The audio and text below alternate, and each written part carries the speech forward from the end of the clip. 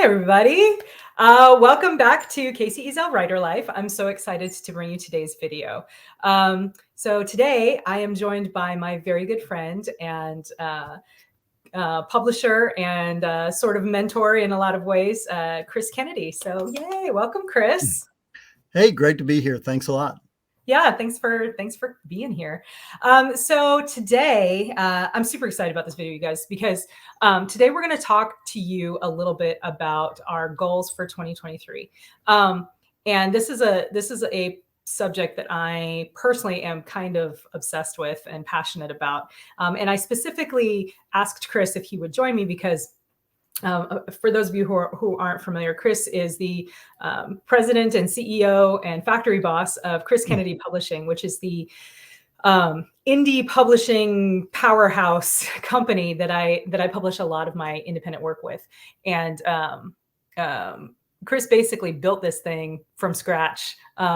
Starting a little bit by accident, if I recall the story correctly, but then he continued to develop it, and that's not the kind of thing that happens without a pretty robust goal process. And so I invited him to come on the channel today, and we're going to talk about what our goals are for 2023, how we intend to pursue them and to meet them, and why it matters. So Chris, thank you again. If you don't mind, why don't we start off with, why don't you introduce yourself a little bit and tell us a little bit about the role that goals have played in your personal and professional life, in your career, and building your publishing house, et cetera. Certainly. Well, I was a former naval aviator. I flew for the Navy for 20 years and then was an elementary school principal for 5. After that was a government contractor for 6 or 8, knocked around doing that for a while. And while I was doing that, I found out that I was also going to be a writer. And a lot of writers always, they'll tell you, yeah, I always knew I was going to be a writer. I always knew that I was not going to be a writer. When I finished my doctoral dissertation, I went, hooray, I don't have to write anything ever again. Ever again. Ever again, never more. And until one day I had a story and I had to write it down just to get it out of my head. And so once it was down, I had to publish it. And, going through the process of doing that, I went back to some of my roots in the Navy, where you're always planning, you're always setting goals and working to achieve them. And in that process that I learned in 20 years with the Navy, was extremely helpful in becoming an author, learning what I needed to do to get better as an author, get better as a businessman, and set up a publishing house and then continue to grow it. Talking about setting goals and planning, basically taking the objective and working back for how you're going to get there. What things have to happen in order to get to the final objective, and how are you going to make those happen? There's a variety of different planning processes that you can use. There's all sorts of models. But it's important to know, first of all, what your goal is, because you can't plan anything if you don't know what you're trying to get to. Right. And then, you can work back to the different objectives that you need to hit in order to make that, achievable and obtainable. Yeah, absolutely. Absolutely. It's funny. I've heard you tell people before that you accidentally wrote a novel and then you started selling it, and then you accidentally started becoming a publisher.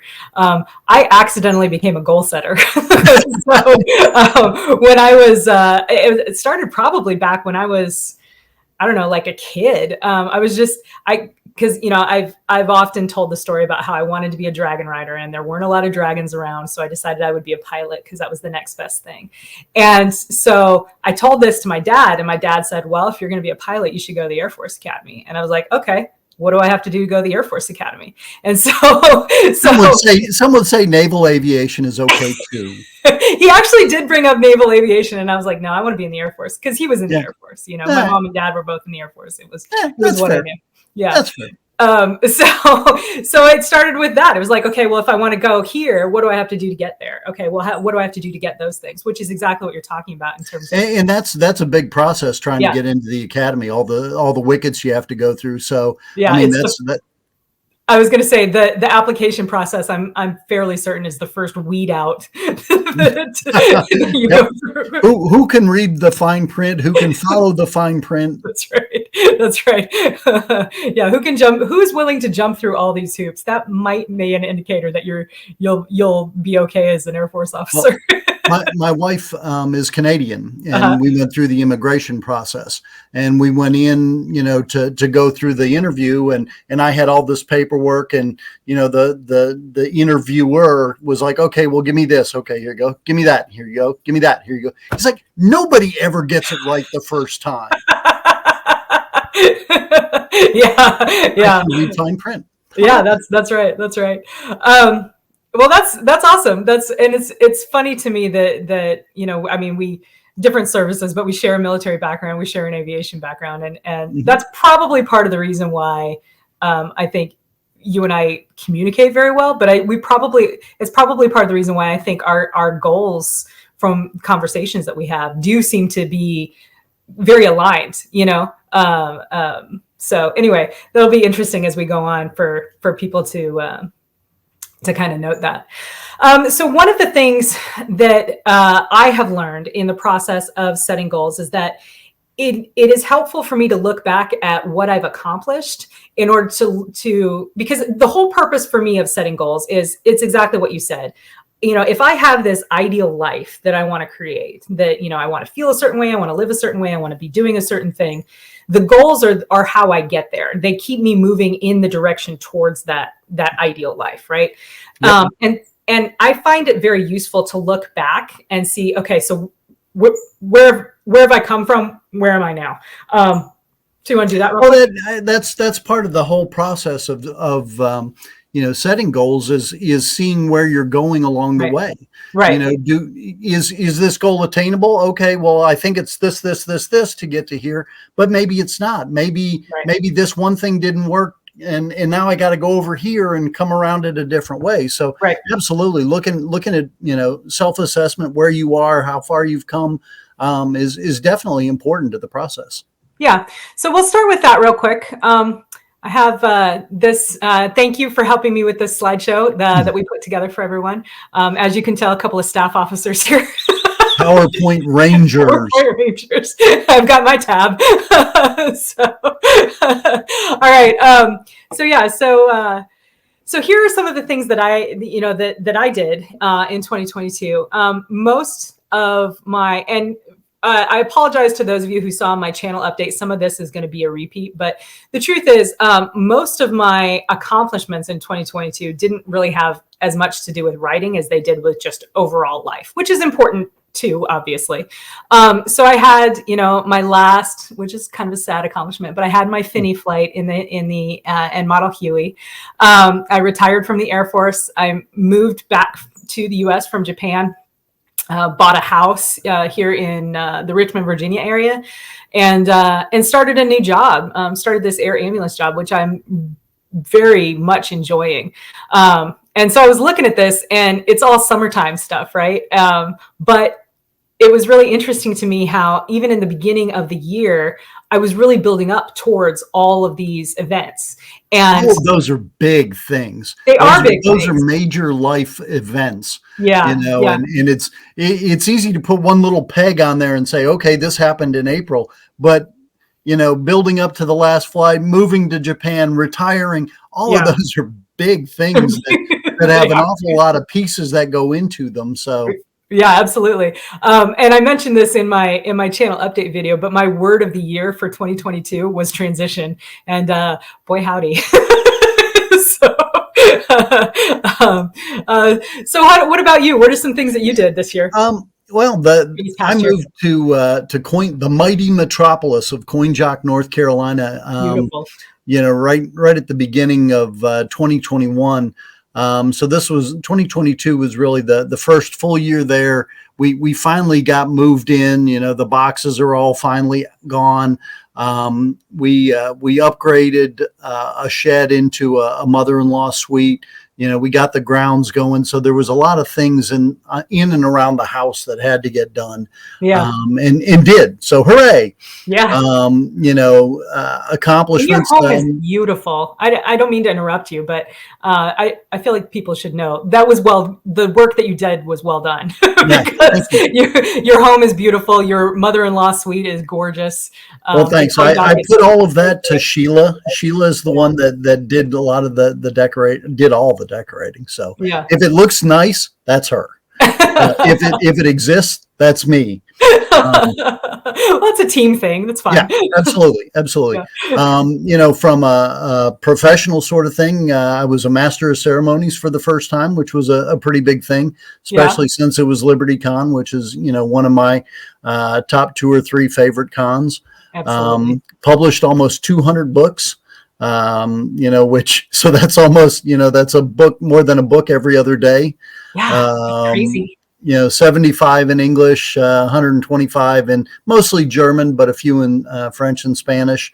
And meanwhile, while I was doing that, still wrote 9 novels, or co-wrote, and then 5 short stories into anthologies that I published. Including one of mine. Including one of yours. Yeah, we'll talk about that in a second. That's awesome. There'll be one picture that is on both of our slides. So speaking of books and stories, these are the ones that I released, not necessarily finished, but released in 2022. The big ones were, the biggest one for me personally was Skies to Conquer, which is the culmination of my Psyche of War series. I was very excited to finally get that. Finished it in 21, but it came out in February of 22. Your publisher was really excited to get it too. I know There was a long gap between 2 and 3. Yeah. And it was really worth it though, because Skies to Conquer is such a good book. Anybody that hasn't read it should. Yeah, thank you. But they should read the first 2 to get to it, because then it'll make more sense. Yeah. But then the one that you gave me a story for was No Game for Knights, which came out just this past September, and that was the second noir anthology that I worked with Larry Correa to edit and put together. And that was a lot of fun. You gave me a cat story where the femme fatale was the character who's on the cover of We Dare 3? 4. We Dare 4. Super cool. I wish I had a picture ready to go. I should have grabbed it, but no, you're right. It's 3. Yeah. No Man's Land. No Man's Land. Yeah. So super great story. It was really a privilege to edit it. And it was a lot of fun. It was, I really like doing these noir anthologies because I guess, so far I have not had a single story submitted that really needed much work. I mean, a few things here and there, maybe hey, why don't you think about this instead of that? But every story that everyone has given me for these projects has been so great. So it's made it really easy. A lot of fun to write. I had never done noir before, and it was, so I had to do some study and do some reading, and that was all fun and good, and it was great to actually do it and be part of it. Yeah, it was a lot of fun. A lot of fun. Larry Correa and Casey Azell. How could I say no? Well, we're glad you think that. Also, I had a really fun story. I this time got to be the contributor to the Valkyries Initiative, which was published by Chris Kennedy Publishing, and edited by my very good friend Marisa Wolf, and that was a lot of fun as well. And then the other 4 that are on there, those are all short stories that I had previously written either as reader magnets or for other projects that I got the rights back to that I self-published on Amazon just to, make a little pocket change here and there if someone felt like getting them. So I went ahead and put those up there so that it didn't feel like I didn't do anything in 22 with regard to my writing. So we're going to take a moment. We're going to say, wow, Casey, we're very proud of you for all of these things. Wow. You got all of those things done and still moved across the planet, still got a new job, transitioned from something you did for 23 years 3 years. Yeah. Yeah. and found a new career and Yeah. wow, and still found time to write. You're amazing. Oh, thanks. Thanks. But then there's this. So I let's didn't talk have to about do what a you trans did. world move. I didn't have to find a new job. No, but you also published how many books? I mean, 200. let's be clear. You're a badass. Okay. We're just Well, gonna agree on that. And then now go on and tell us about these works. okay. So the top row, all except for the last one, are the Uplink Squadron books. I wrote 5 Uplink Squadron books that were published in 2022. There'll be probably another 5 this year. It'll be a total of 12, I think, by the time I'm done. That's what Jeff Cheney wants. He's like, well, hey, why don't we do 12? And I was like, well, hey, let's start with 3. And about the time we were, halfway through the second one, he's like, 6 would be good. 6 would be better. Yeah. Okay, 6. I'm good for 6. Hey, how about 9? and then I'm up through 5, and he's like, nine's really not going to be enough. We need to do 12. 12. Let's do 12. He just boiled your frog, man. That's all he did. Yeah. So I mean, maybe it'll be 12, maybe it'll be 15, maybe it'll be, I don't know. So well, it's a really fun series. Yeah. It's just, yeah. If you haven't checked out the Uplink Squadron series, as long as people keep buying it, I'll keep writing it. I mean, yeah. The third book just went over 1,000 reviews. So, dude, awesome. people are reading it and okay, I'll keep writing it. So what would I have to do to put a link to my books in the back of your Uplink Squadron books? You'd have to talk to Jeff probably because Jeff's the one publishing those. I'll make a note of it. Yeah. Also got 3 4 Horsemen stories, the last one on the top row, and then 2 of the last 3 on the bottom row. There were several anthologies and, another new series, The Last Stand, which is the Guardian Covenant that I'm doing with Kevin Eikenberry. With Ike, yeah. That's another fun one. It is. And that one, those are popcorn books. I mean, they're, we offered them to Bain, and Tony said, well, I'm going to need a little more technical details in here. The readers are going to want to know, how are these mechs walking? How are they? And we're like, yeah, that's not what this is about. And so we published them, we're indie publishing them and they're just fun books. Yeah. Life is bad. I'm going to go somewhere fun. Okay, here you go. Valid strategy. So, well, that is awesome, man. That's a lot of really good stuff.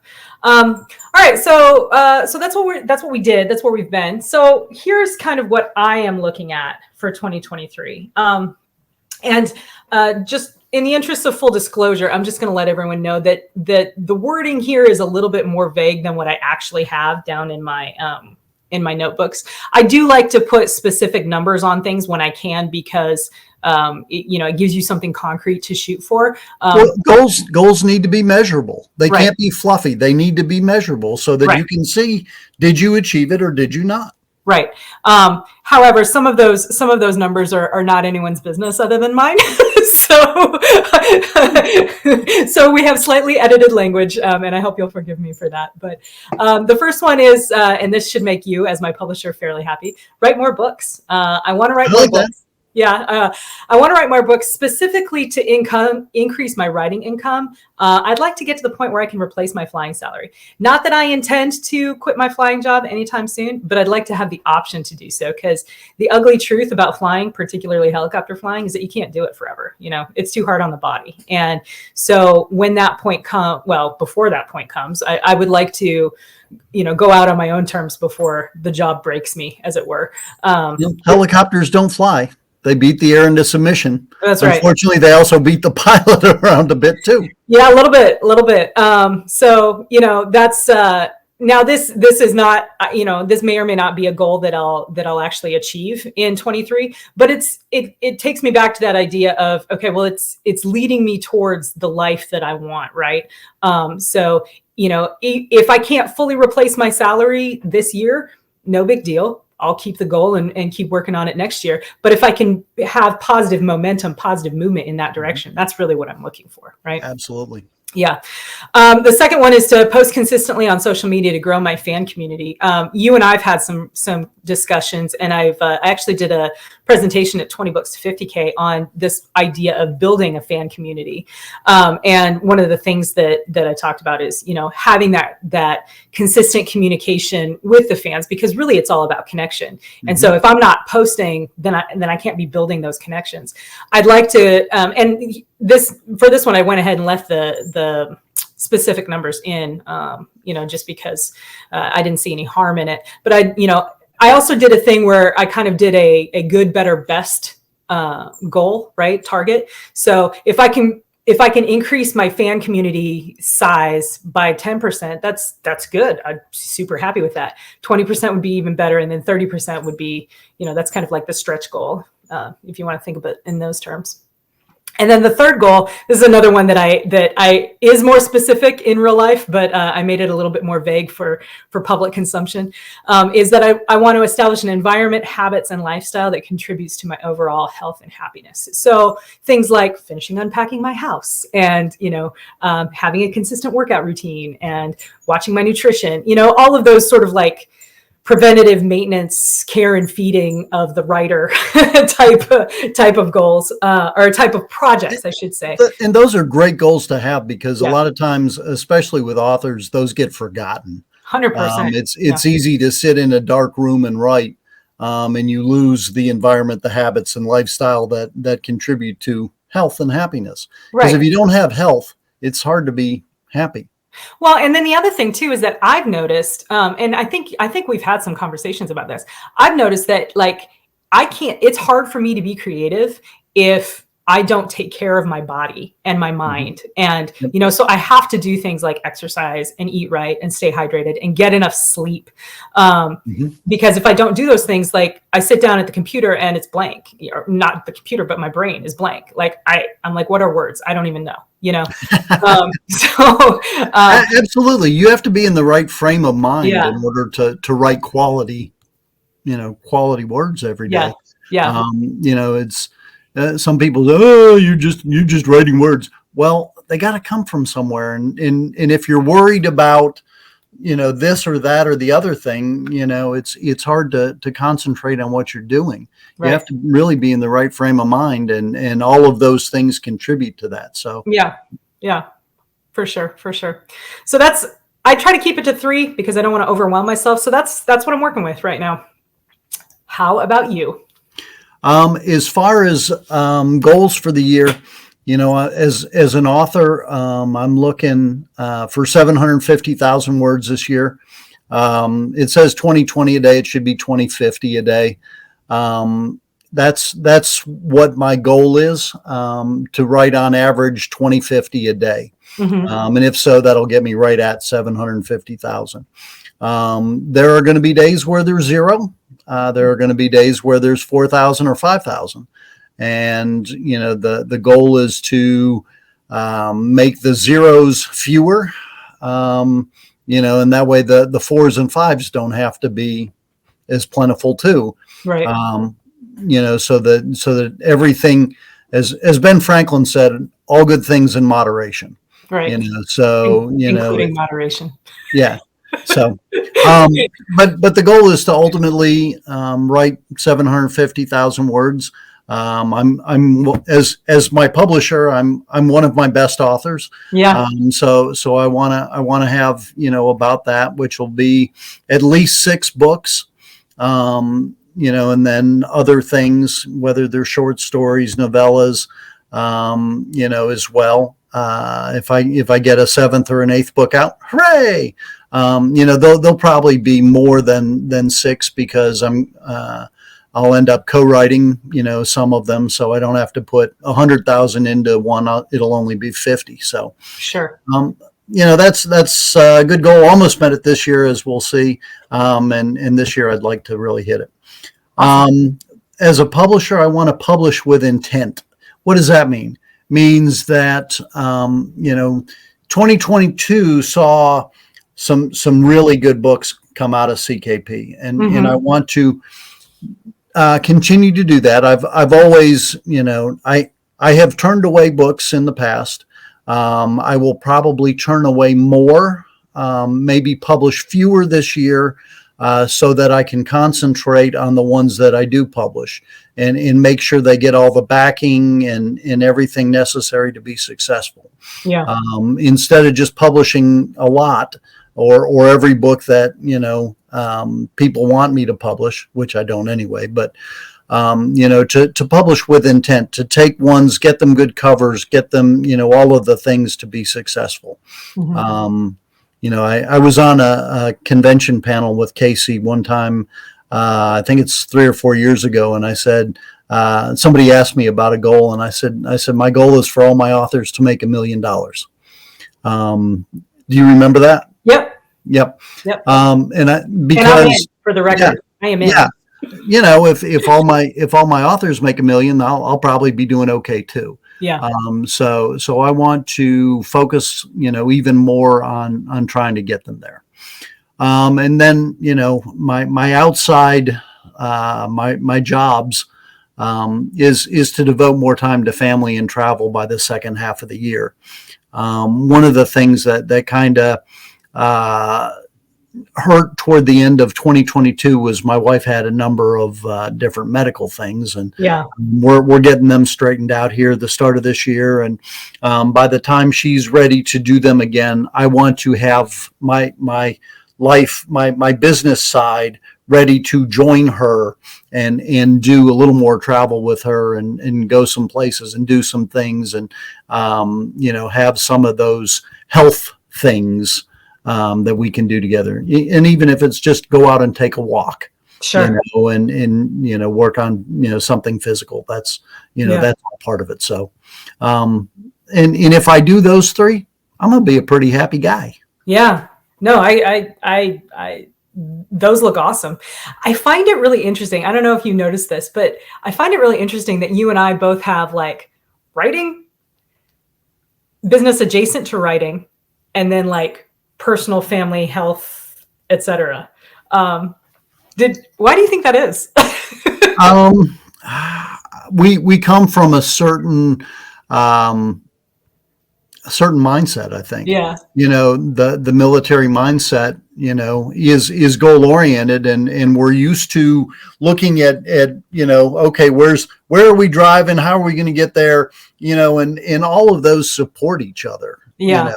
Yeah. I think that's a large part of it too. Whether or not it was ever articulated this way, the military really does view human beings as another weapon system, right? So, it's like, okay, how am I going to employ the weapon system? How am I going to support the weapon system? How am I going to maintain the weapon system? And it's interesting that's how we both came out with it. Well, if you're not healthy, you can't do any of the things the military needs you to. Sure. You can't be successful. So, right.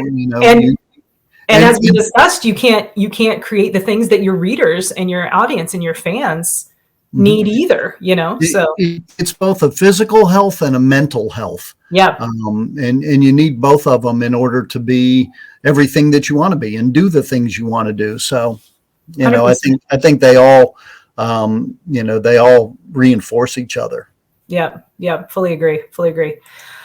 All right. So the next piece of this that I want to talk about is tracking and accountability. So we kind of alluded to this earlier when we talked about seeing where you've been. But one of the tools that I personally have found to be most useful is actually like putting down on paper or in spreadsheets on the computer or in the cloud or whatever, but some mechanism to actually track my progress and what, my efforts and what I've done so that I can then see, am I on target to reach my goals, or do I need to make adjustments, or did some outside factor happen that changed the game for me. So I need to adjust fire, as it were. For I'm just going to embrace this whole military metaphor thing. It's just, so here's how I'm going to do that this year with my tracking and accountability. I use a planning system called the HB90 system. It was created by author Sarah Cannon. And if you guys are interested in learning more or knowing more about it, let me know. I would love to do a video on it for you if I can get my camera setup figured out so that I can show you my planner. But I used it last quarter, and I really found it very helpful for me in terms of helping me get really clear about, okay, so these are my goals. So what are the projects I need to do? How do I break those projects into single serving tasks? And then how do I get them in my schedule to make sure that they're done? And how do I track it as I go? It's pretty involved, but I love it. And it's right up my alley. So that's the main one, is using my HB90 planning system.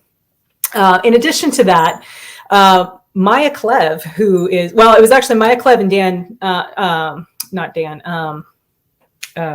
Matt Novotny created this spreadsheet, this word count tracker spreadsheet. And I don't know if you guys can see that, but I just threw a screenshot of it up on this slide here so you can see. But it goes by month, and you put in the green, you put in what your monthly goal, your word count goal is. So like for example, for you're looking at 750,000. You divide that by 12, which is a number that I can't figure out right now. But you would put that number in here, and then it breaks it down by day, right? Like so in your case, it would be so about 30,000. Yeah. If it's 2,000 a day. 2,000. Wait, no, that means 60,000. Yeah. That's it. Yeah. So math is hard. So yeah, at the end of every day, you can come in and put in what your total word count is, and it'll build this cool graph for you and tell you if you're on track and stuff. And this is just one way of doing it. There's we had a discussion in our CKP group chat the other day about what are some different ways that people use to track their word counts.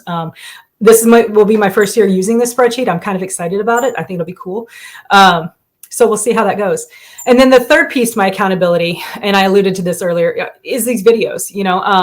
The HB90 system is a quarterly system. So every quarter I reevaluate my goals, reset my projects and go from there. So what I plan to do is, in quarter two, the beginning of quarter 2, 3, and 4, and then again at the end of the year, I'll do an end of the year update. Just looking at, okay, how much progress have I made? How have I been doing? What outside factors have affected my plan and my progress? Because it's going to happen. It's going to happen. So there's that thing called life. Yeah, and it intrudes. Yeah. Absolutely. So what is it, like writer's plan and the universe laughs? Something like that. No plan survives first contact. First contact with the enemy. Absolutely. There you go. There's the military one. Yep. So anyway, that's going to be my accountability structure for this year. How about you? Well, this is part of the Excel spreadsheet that I built for 2022, and which is already going for 2023. Mm-hmm. And every day I add my word count in, and the day one and the 2 day columns are already fixed, and you just fill in the number every day, and it adds it up and comes up with the total. And you can see last year 728,100. For $19.95 a day. All I need to do is boost it 55 a day, and I'm there. That's awesome. I did not quite start out as well as I did in 2022 so far this year, but 3,000 a day, and we'll keep going. No, that's great. It's a marathon, not a sprint. Very much so. Well, yeah. So. How often do you take a look at your spreadsheet? Do you just do it when you enter every day, or every day? Yeah. There may be a day that I forget. I write my start and stop number on my blotter every day, so I always know where I am on the day, and I may or may not put it in exactly every day, but pretty close. And sure. It was a lot of fun when I was writing this year with Marisa, because that whole accountability thing. She'd write 3,000, so I'd have to write 4. She'd write 4, so I'd Yeah. have to write 5. And we'd go back and forth. And I had some silly numbers, Yeah. when we were writing together, which was fun. And I look forward to doing that some again this year. Yeah, she says the same thing. Because so little teaser for the fans here. You and I have some projects planned this year. We do. We do, And, yeah. and I'm hoping for those kinds of silly numbers too. I hope so too. One of the things that she said, and I thought this was pretty interesting. One of the things she said when I was like, okay, so give me the lowdown on writing with Chris. What's his process? How's it work? Does he make, did you make him cry? Like that kind of stuff. Actually, she did. Oh, did she? So, Awesome. Awesome. yeah. Her writing though, not. Yeah. Her writing. Yeah. So, yeah, she's stupid good. Oh, yeah, I love Maurice's work. Anyway, little digression. But one of the things that she said that was interesting is you're a morning writer. You write in first thing in the morning, and then she would write in the afternoon. So you would post your word count, and she'd be like, "Okay, I got you." And so she'd be able to be like, "And I wrote 3,000 plus 1,000 more." And so the next day you'd be like, "All right, fine. Here's 5." And I remember you guys doing that in that group chat that I mentioned, and it was funny to watch. It was. Yeah. Oh, absolutely. And that's that's accountability. Yeah. That's just one more way of doing accountability is having an accountability partner, somebody that you push and they push you back, to get you to where you want to be. And that, if you have other things going on and you're not able to write stupid numbers like that, that's fine. It's whatever your goal is. Yeah. And it has to be a goal that makes sense for you. It can't be a goal that makes sense for Casey or for me. Because, maybe your goals are higher, maybe they're not. Yeah. But they need to challenge you, not break you. Yes. Yeah. And that's one of the things that I do love about my planning system is that part of the planning piece of it is looking at looking at the calendar and saying, okay, which days am I not going to be able to write? Which is for in my individual situation, pretty important because with my flying job, I can usually get some words on days when I'm on day shift while I'm waiting for a call. But on the days that I fly nights, I have to be either sleeping or flying. In order to be rested enough so that when that 2 a.m., 4 a.m. call happens, I can get up and go fly. And that was a challenge that it took me a couple months to kind of sort of wrap my head around that at the end of this past year. So I'm really sort of grateful that I had October, November, and December to sort of figure that out. And I'm really looking forward to coming into to 2023. So yeah. Well, and just talking a little bit about relevant, one of the terms that people use when they're setting goals are SMART. Yeah. When they're so I think that's specific, measurable, achievable, relevant, and time based. Yeah. So the specific, that's what are you going to do? How are you going to do it? Measurable. How are you going to measure it? And we talked about that, Yep. for authors, it's easy if you're doing word count or books or, we work in discrete units, achievable. And that's what I was just mentioning there. It's got to be something that works for you. Because at the end of the day, it's motivating to meet your goals. It's motivating to hit them. It can be crushing not to. It can be crushing if you don't get close. Yeah. But there are reasons that may not have happened, and you just have to reset them and go after them again, the next time. So, yeah. But those are some of the things to look at when you're setting goals. Sure. Another thing that I want to bring up is this idea of momentum, because one of the on my sort of like personal health and habits goal or personal health goal, I mentioned specifically habits. The reason I did that is because I've noticed, it was actually pointed out to me by Sarah Cannon, the lady who created the HB90 system. I'm a huge fan of hers. I'm sorry, you guys. You're just going to hear about her a lot. She mentions building positive momentum, right? So some of your first goals, especially if you're new to goal setting or you're new to goal setting in the writing context, make your goals small, because then you'll achieve them, and then you'll have that positive momentum, that validation of, okay, I'm going to start by writing 100 words a day, and I'm going to do that for a month. And if you have a whole month's worth of writing 100 words a day, well, by the end of that, you have a short story length, or I'm going to write 1,000 words a day. Well, 3 months of 1,000 words a day, you've got a novel, and so it's if you have those smaller goals, those bite-sized pieces, and you can use those to work up to these huge, these much larger goals, it makes you feel productive and positive and encouraged as you're going along, or at least it does to me. And would you call them low-hanging fruit? Yeah, for sure. Yeah, low-hanging fruit. And also the habit thing that you're just talking about, after, takes 2 weeks to set a habit. So if you get into a habit of writing 100, it's easier to get into that habit of writing, and then you can build it up as you go. So yeah, absolutely. Sure. I agree with you 100%. Yeah.